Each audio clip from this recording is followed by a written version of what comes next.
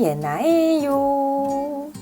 오늘은 제가 그동안 수많은 헤어스타일링 영상을 올렸었잖아요. 그 영상들 속 댓글과 질문들을 모으고 모아서 만들어본 내가 헤어스타일링을 실패하는 이유와 이것만 지키면 예쁘고 손쉽게 완벽한 헤어스타일링을 만들 수 있는 팁을 준비를 해봤어요.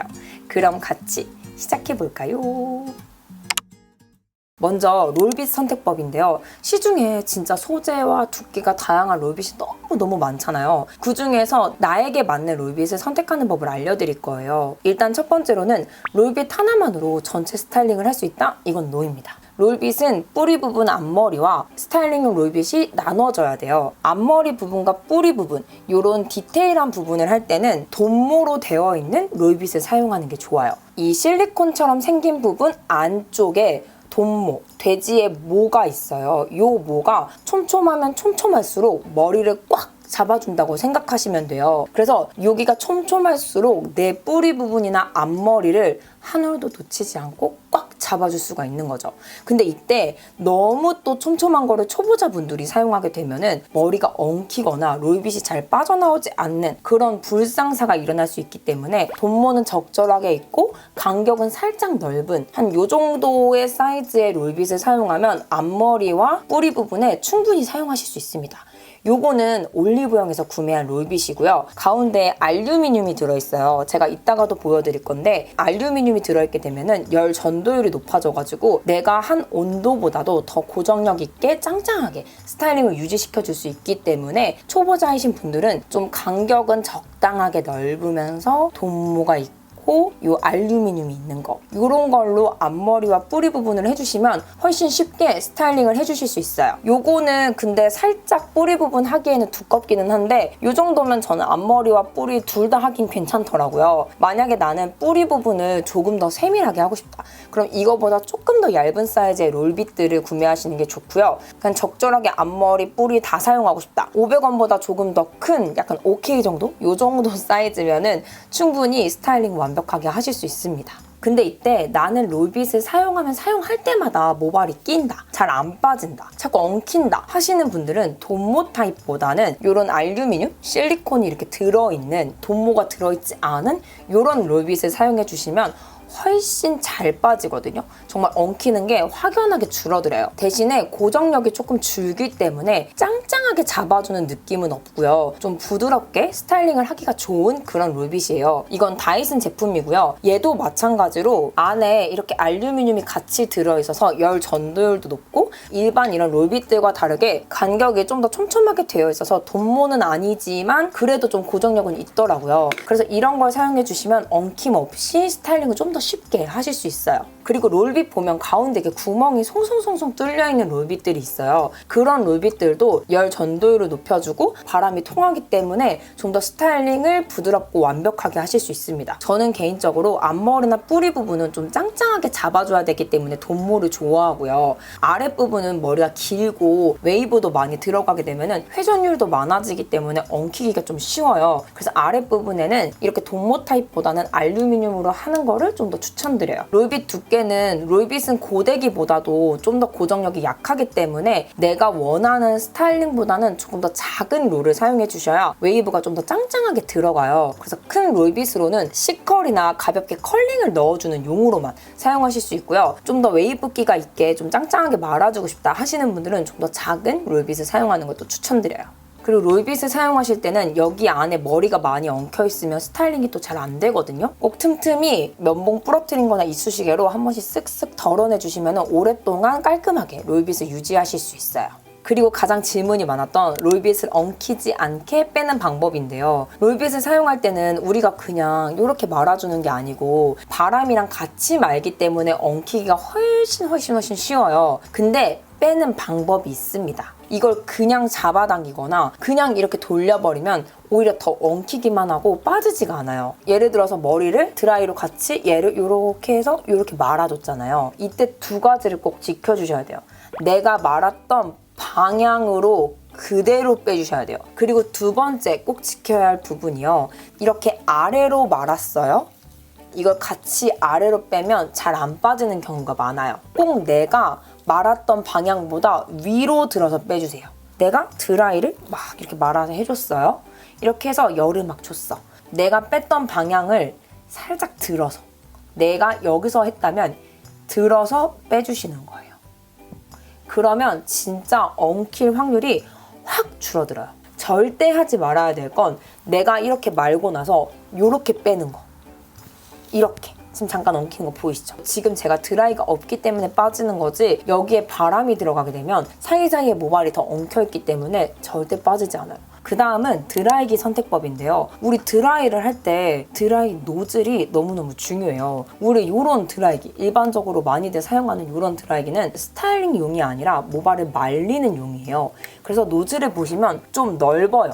통통하고 두껍죠? 이런 드라이기 봐도 통통하고 넓죠? 이렇게 되면은 내가 스타일링을 할 때 딱 그 부분에 바람이 집중적으로 가야 하는데 바람이 너무 넓게 퍼져요. 이게 같은 온도를 좁게 빼면 딱 이 부분에 열이 싹 가는 거고, 내가 같은 온도를 넓게 빼면 바람이 퍼지면서 온도가 낮아진단 말이에요. 그래서 드라이기를 선택하실 때 스타일링을 하실 경우에는 꼭 노즐이 작은 게 들어있는 드라이기를 선택하시는 게 가장 중요합니다. 그래서 네이버에 전문가용 드라이기 이런 거 검색하시면 노즐이 얇은 것들이 많이 나올 거예요. 그래서 드라이기 이미지를 볼 때 여기 앞면 이미지가 손가락 하나 두께 정도로 얇은, 이런 얇은 타입의 노즐을 사용해 주시면 롤빗 딱 대고 노즐을 딱 댔을 때 이 부분에 집중적으로 바람을 줄 수가 있고 높은 온도로 스타일링이 들어가기 때문에 훨씬 지속력 있고 짱짱하게 스타일링을 하실 수 있어요. 그리고 스타일링을 할 때는 바람의 세기도 약한 바람으로 해주셔야 이 노즐로 얇은 바람이 싹 들어가기 때문에 스타일링이 훨씬 잘 돼요. 바람이 세게 되면 빨리 되는 게 아니고요. 바람이 퍼지면서 모발이 날리기 때문에 약한 바람으로 좁은 노즐로 집중 공략을 해주시면 스타일링을 더 짱짱하고 완벽하게 하실 수 있습니다. 그리고 이제 고데기로 넘어가서 고데기를 할 때 가장 중요한 게 온도예요. 온도를 생각하지 않고 그냥 좀 높은 온도로 하면 빨리 잘 되지 않을까 생각이 돼서 대부분 사람들이 높은 온도를 많이 사용을 하는데요. 높은 온도를 사용을 하게 되면 내가 고데기를 익숙하게 손이 움직이기 전에 고데기가 먼저 강하게 열이 들어가기 때문에 스타일링을 실패할 경우가 엄청 높아져요. 그래서 꼭 고데기 온도는 모발 위치에 따라 또 나눠서 사용을 해주셔야 하는데요. 앞머리나 뿌리 부분이 또 가장 다치기 쉬운 부분이고 모발 자체가 얇은 부분이기 때문에 낮은 온도로 해주시는 게 훨씬 효과적이에요. 한 140도에서 160도 사이로. 이 정도로 딱 했을 때 실패했을 때도 수정하기도 쉽고 내가 원하는 모양대로 앞머리를 스타일링 하시기 좋아요. 높은 온도를 하게 되면 나는 얘를 굵게 하려고 했는데 내가 뿅 하는 순간 얘가 뿅 하고 생겨버리잖아요. 그런 불상사를 막기 위해서라도 낮은 온도로 해주시는 걸 추천드려요. 그리고 전체적인 모발의 스타일링을 할 때는 160도에서 180도가 가장 베스트인데요. 나는 그 온도로 하면은 고데기가 잘 안 먹는 것 같다 하시는 분들은 고데기를 바로 빼는 게 아니라 한 2, 3초 정도 두고 나서 빼주시면 훨씬 더 잘 먹는 고데기를 하실 수가 있어요. 그래서 이 온도로 해주셔야 모발 손상도가 적게 스타일링을 해주실 수 있고요. 200도로 사용하실 경우에는 고데기를 오랫동안 두는 게 아니라 좀 빠르게 빨리빨리 빼주셔야 돼요. 그래서 좀 나는 급하게 빠르게 해야 한다 하시는 경우에는 200도 정도 하셔도 되는데 그런 경우 아니라면 180도, 170도 이 정도가 가장 좋습니다. 특히 그리고 손상 모이신 분들, 탈색 모이신 분들은 200도로 넘어가게 되면 모발이 눅눅해지거나 녹아버릴 수가 있어요. 그래서 탈색모는 특히나 낮은 온도로 해주시는 게 가장 중요합니다. 그리고 고데기를 하실 때는 모발이 한 100% 마른 느낌보다도 110% 진짜 바삭바삭하게 마른 느낌 있죠? 그 정도로 물기가 전혀 없는 상태로 해야 고데기가 잘 먹고 그리고 손상도 안 되고요. 드라이기는 반대로 한 90% 정도 말랐을 때 살짝 꾹꾹 팔랑 말랑할 때 있죠?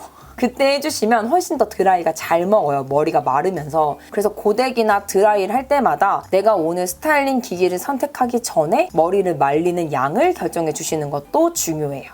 그리고 이 부분 많이들 놓치시는데 에센스를 많이 바르고 스타일링을 하잖아요. 그러면 고데기도 안 먹고 스타일링도 무거워져서 푹푹 처져요.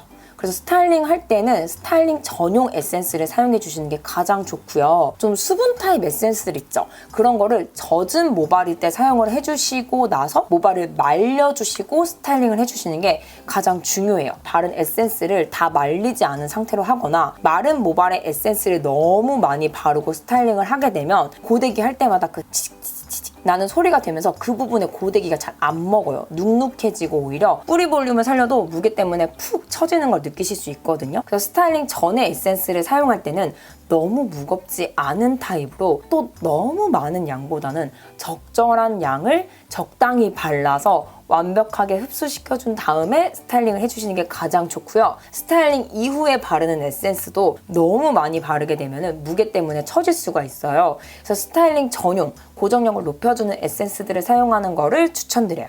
그리고 스프레이 뿌리는 방법. 스프레이를 뿌리실 때 위에서부터 막 이렇게 뿌리시게 되면은 처질 수가 있어요. 그래서 스프레이도 모발을 이렇게 들어가지고 안쪽에 컬을 좀 잡아서 뿌려주시거나 이런 컬의 경계 부분 있죠? 이런 부분에 뿌려주시거나 뿌리 부분도 들어서 안쪽에 뿌려주시는 거를 추천드려요. 그럼 처짐 없이 지속력 있게 스프레이를 사용하실 수 있습니다.